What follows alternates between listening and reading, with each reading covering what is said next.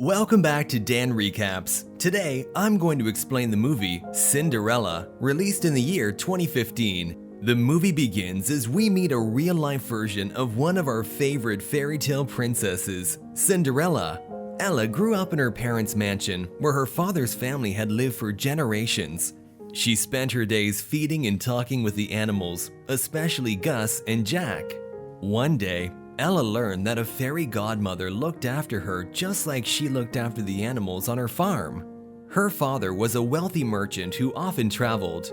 One day, her mother sent for Cinderella and told her that she must have the courage to remain kind before revealing she is very sick and will soon die.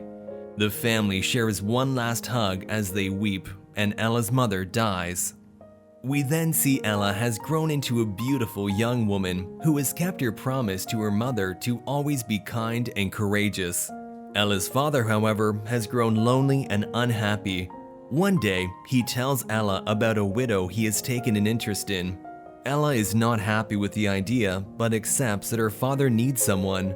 Soon after, the widow arrives with her daughters, Anastasia and Drusilla, and a cat named Lucifer. Ella is thrilled to meet them all, but they just make fun of her. That night, the family and all members of the house celebrate with a big party, but Ella is not happy. A while later, Ella joins her father in his study, where he informs her that he is leaving in the morning for a few months. Ella is unhappy with the news because he has barely returned from his last trip. He asks what she would like him to bring her when he returns. Ella's new stepsisters had asked for parasols and lace, but Ella tells him all she wants is for him to come back. He confesses that he misses Ella's mother just as much as she does. Ella's stepmother hears this and becomes jealous and walks away. The next morning, Ella, her sisters, and stepmother bid her father farewell as he leaves for his trip. Ella cries as he disappears down the road before returning to the lonely house. Her sisters suddenly grow cold toward her, and her stepmother instructs her to call her Madam. While Anastasia and Drusilla fight over sharing a room, Ella suggests they share her room instead, since hers is one of the biggest rooms in the mansion. So Ella's stepmother moves her into the attic with all the other junk in the house. Ella tries her best to make herself comfortable in the attic, and soon discovers that her mouse friends live there too. She is thrilled to have the company.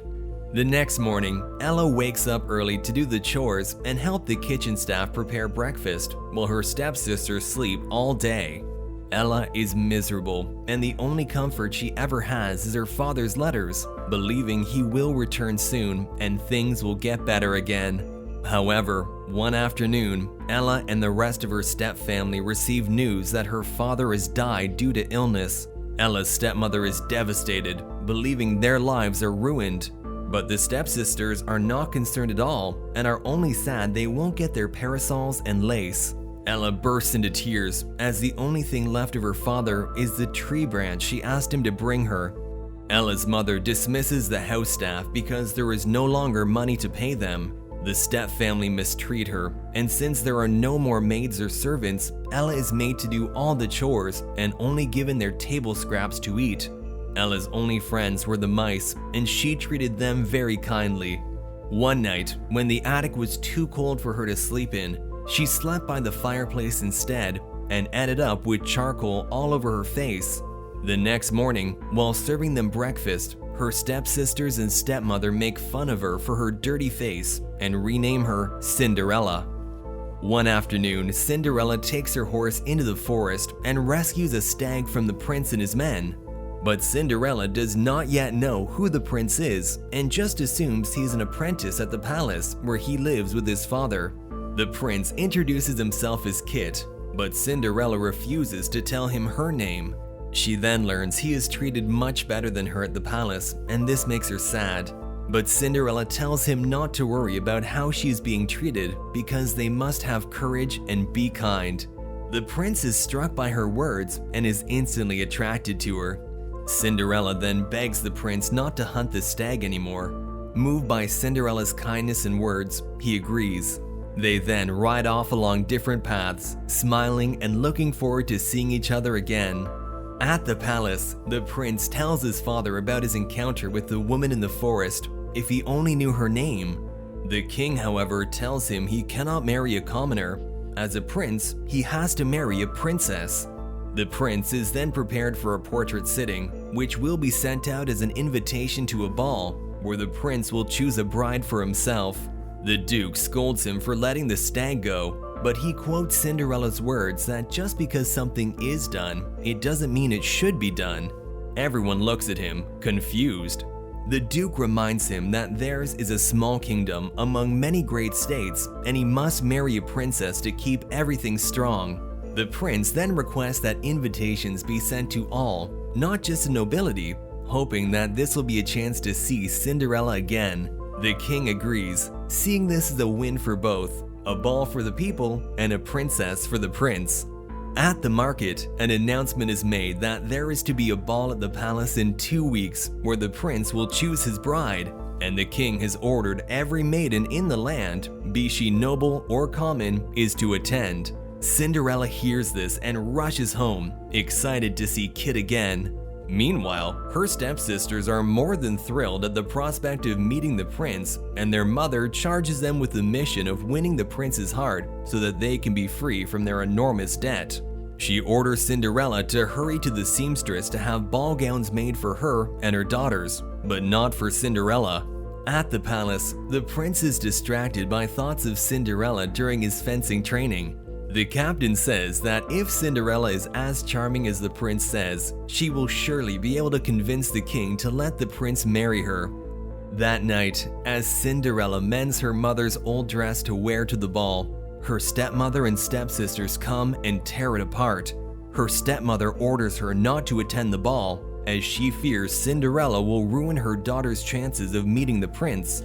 Cinderella runs out to the yard and cries. Then suddenly, a strange woman appears, saying she is Cinderella's fairy godmother. Cinderella cannot believe her eyes. Her fairy godmother insists that she attend the ball and transforms a pumpkin into a beautiful golden carriage. She then turns the mice into horses, a goose into a chauffeur, and some lizards into coachmen.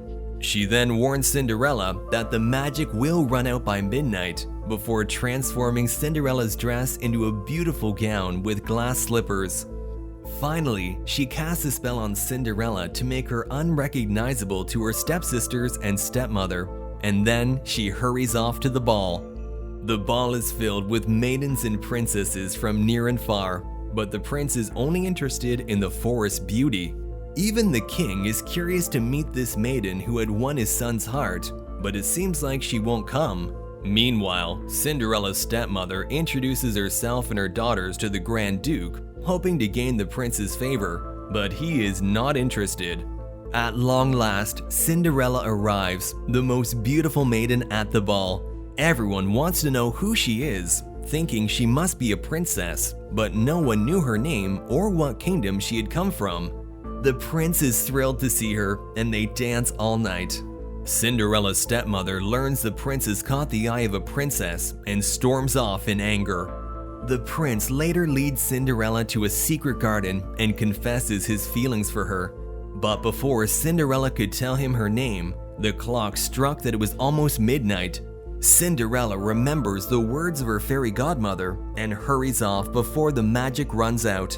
She accidentally bumps into the king and tells him how much his son loves him. The king too is touched by her words. On her way out, Cinderella loses one of her glass slippers as she runs down the stairs. She enters her carriage and zooms off. The king's men charge after, but could not reach her on time. Cinderella's carriage and coach then return to what they really are as the magic wears off, but she keeps the remaining glass slipper. Back at the palace, as the king is about to draw his last breath, he sends for his son. He tells him to marry for love rather than for the kingdom's advantage. Back at Cinderella's mansion, her stepmother begins to suspect that Cinderella was the beautiful maiden at the ball and watches her carefully.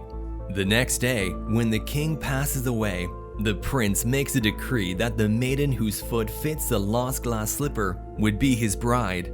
The Grand Duke insists that the prince should marry a princess, but he refuses. The search for the mystery woman begins, and word reaches Cinderella that the prince wants to marry her. She hurries to retrieve the other of the glass slippers, but discovers her stepmother has found out her secret. She takes the glass slipper and locks Cinderella in the attic before going to make a deal with the Grand Duke that would make her a duchess and allow her daughters to marry respectable men, as long as she keeps Cinderella's identity a secret. Meanwhile, the prince visits all the maidens in the land, but no one's foot fits the glass slipper. They arrive at Cinderella's home, and the stepmother asks her daughters to try the glass slipper on, but it doesn't fit either of them either. Just as the Grand Duke and the captain are about to leave, they hear Cinderella singing from afar and order her stepmother to show her to them, but she insists that Cinderella is only her servant.